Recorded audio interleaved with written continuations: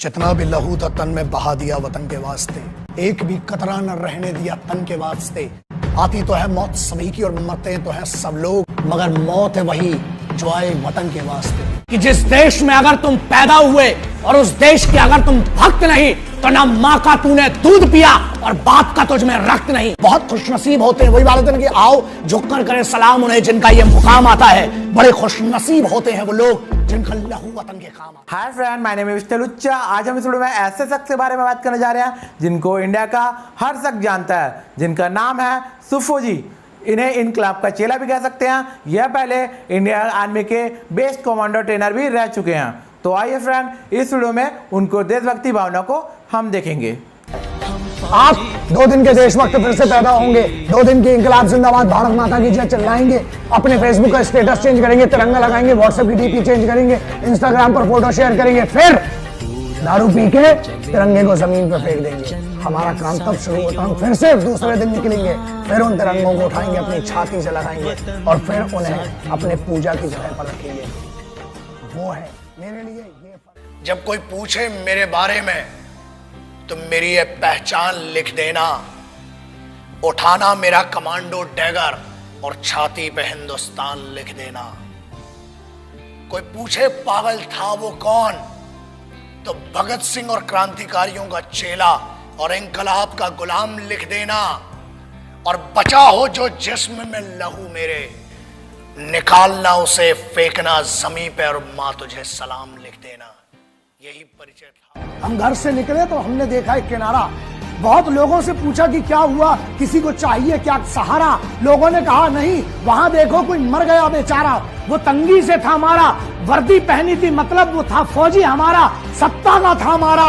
अरे जब पास देकर हमने उसको जाकर देखा, वर्दी उठा के देखी तो मरने के पहले उसने खंजर से लिखा था, सारे जहां से अच्छा हिंदुस्तान हमारा, सारे जहां से अच्छा हिंदुस्तान हमारा। जय। बेवकूफ गद्दार ने भी बीच में कुछ कहा था कि Indian army is rapist in Jammu and Kashmir.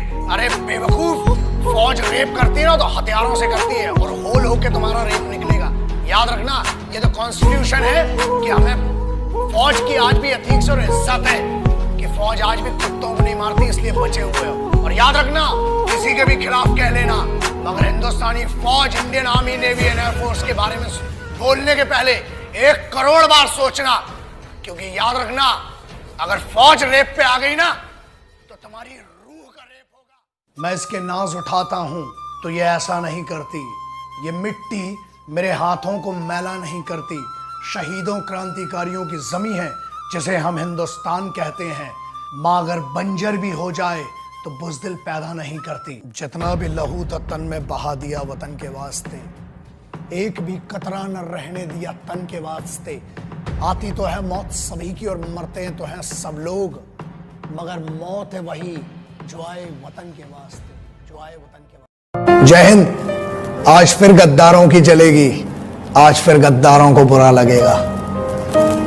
अल्लाह वालों, राम वालों, अपने मजहब को सियासत से बचा लो। मंदिर मस्जिद कभी फुर्सत में बना लेना, जो नफरत से टूटे हैं वो घर तो बना लो।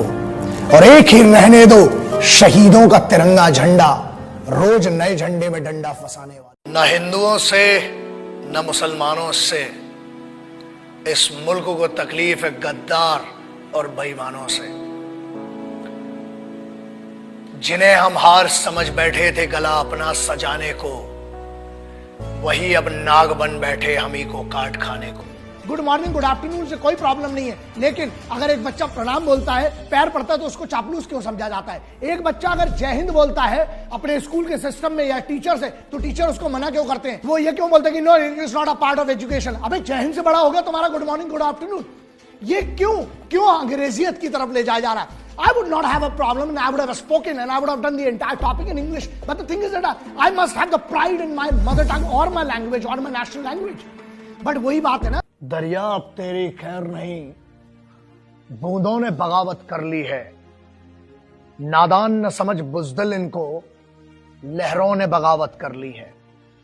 हम परवाने हैं मौत समा, मरने का किसको खौफ यहां, रेत तलवार तुझे झुकना होगा, गर्दन ने बगावत कर ली है। रिजेक्शन इज इंपॉर्टेंट, क्योंकि जब रिजेक्शन होता है ना तो एक कोई झंझोर देता है। दो ही तरीके हैं, कोई थप्पड़ मारे, दो ही तरीके हैं, पापा थप्पड़ पड़ गया, मम्मा थप्पड़ पड़ गया, रो और सो जाओ। दूसरा तरीका, ट्रेनिंग करो, लौट के जाओ, रैप्टा कान के नीचे कंटाप मारो, थप्पड़ बोलते हैं जिसको ना, समझ में आ जाएगा। अगली बार किसी को मारने के पहले 1000 बार सोचेगा। लेकिन इस जिद के लिए ना लल्ला, बैठे बैठे मोबाइल से कुछ नहीं होने वाला, इसके लिए ट्रेनिंग करना पड़ती है, रोज ग्राउंड पे जाना पड़ता है।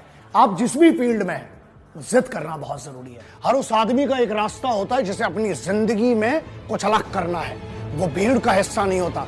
उसके लिए सबसे पहली चीज ये है, अकेले रहने की आदत डाल लो। सुबह उठोगे ना, परछाई भी साथ नहीं देती, अंधेरा होता है। तो इसलिए ये सबसे पहले कि अकेले रहने की आदत डालो। ये तुमने रास्ता चुना है। उधारी लेना बंद करो दूसरों के एहसानों की, और इस बात की उधारी बंद करो कि कोई और तुम्हारे लिए ट्रेनिंग करेगा। ये तेरा नसीब नहीं है, तेरी मेहनत डिसाइड करेगी कि तेरा नसीब क्या होगा। अबे वो बच्चा जिसको एक गरीब घर से आके पुलिस में या फौज में जाना पड़ता है ना, 3 बजे रात को उठता है वो बच्चा। जब बैंचो तुम लोग पार्टी कर रहे होते हो ना वहां पर अपने कॉलेजेस में, यूनिवर्सिटीज में और अपने बड़े बड़े भवनों के अंदर, अबे तुमको पता भी है सिपाही होता क्या है। क्योंकि सुनो, प्रॉब्लम ये है हमारे देश में, एक नेता का लौंडा आज तक सिपाही बना, आज तक ये भोसड़ी के जो यूनियन में बैठे हैं, कोई अमीर का लौंडा आज तक सिपाही नहीं बना। कहाँ गए वो मादरचोद बड़े बड़े अमीर। दुनिया क्या कहती है भाड़ में जाए। अपना हुनर, अपनी मेहनत इतनी बड़ी कर दे कि साली भाषा मैटर ही ना करे। जब सचिन तेंदुलकर बल्ले से चलाता है या लता दीदी जब गाना गाती हैं, तो इनसे ये नहीं पूछता आदमी कि आपकी भाषा क्या है। उनकी हुनर में इतनी ताकत है कि भाषा कोई मैटर नहीं करती। जिंदगी में कभी भी बूढ़े, बच्चे, महिलाएं और कमजोर के ऊपर गुस्सा मत उतारना, वरना आप बुज़दिल कहलाओगे। तो दिलेर और बुज़दिल में सिर्फ इतना ही फर्क होता है, दिलेर देश के लिए, घर के लिए, अपने सम्मान के लिए लड़ता है, और बुज़दिल बेवकूफ किसी भी बात के लिए लड़ता है। तो किसानों का सम्मान कीजिए, महिलाओं का सम्मान कीजिए, अपने माँ बाप का सम्मान कीजिए, बेटियों का सम्मान कीजिए, और बस खुश रहो यार। गुस्सा गुस्सा कुछ नहीं होता, मजे करो। जो है आपका ही है, किसी बाहर वाले का नहीं है। जय जवान जय किसान। तो फ्रेंड, कैसा लगा आपको ये वीडियो? अगर आपको ये वीडियो पसंद आया तो प्लीज मुझे लाइक कीजिए, सब्सक्राइब कीजिए, साथ ही साथ बेल आइकन दबाना ना भूलें, ताकि मैं आपके लिए नए नए वीडियो बनाते रहूं और आप सबको एंटरटेनमेंट करते रहूं। धन्यवाद, थैंक यू, जय हिंद।